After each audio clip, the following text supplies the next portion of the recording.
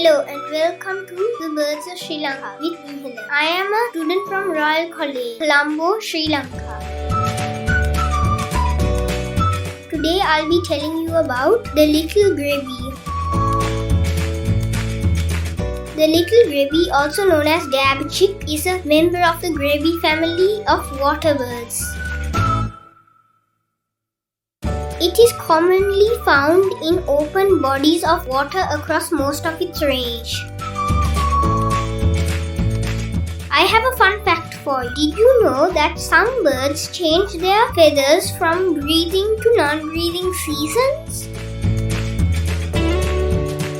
In breathing plumage, their neck and cheeks become deep brown. The crown and the upper half of the face turn black, and the GREBE deploys pale patch that luminous green in close range. They are common in lowlands and are scarce in hills. However, there are some in Lake Gregory in rural area.